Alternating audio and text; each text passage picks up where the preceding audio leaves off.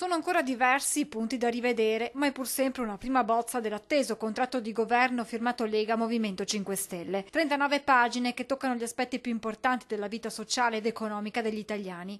Occhi puntati sulle voci che riguardano l'economia, con quel reddito di cittadinanza al centro della campagna elettorale per le politiche, che funzionerà solo quando saranno realmente operativi i centri per l'impiego, e poi il ritorno dei voucher e la conciliazione sulle cartelle esattoriali. Una serie di capitoli e sottocapitoli che già non mancano di far discutere le categorie economiche e sociali.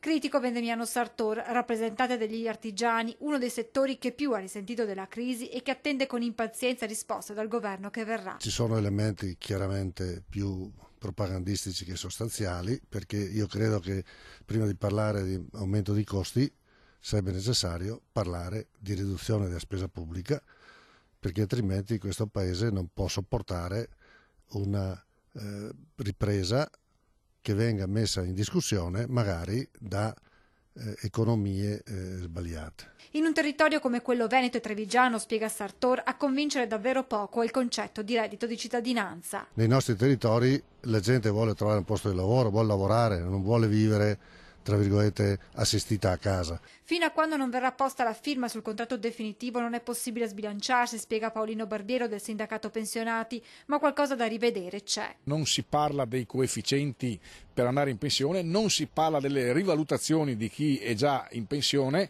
quindi ci sono alcuni elementi che vanno chiariti. Da capire poi cosa succederà con la legge Fornero. Noi l'abbiamo chiesto come sindacato di superare la legge Fornero, ma anche altre norme negative che, se non vengono tolte, non danno una risposta complessiva al sistema previdenziale italiano, perché ormai è una sovrapposizione di norme fatte negli ultimi 30 anni e ci sono molte incongruenze da mettere a posto. Questa è una formula di governo talmente inedita che non ci sono termini di paragone. Dobbiamo solo aspettare, spiega Massimo Zanon, presidente di Confcommercio Veneto. Per quanto riguarda le imprese, da sempre sia il Movimento 5 Stelle sia la Lega hanno posto al loro interno del dibattito politico grande attenzione.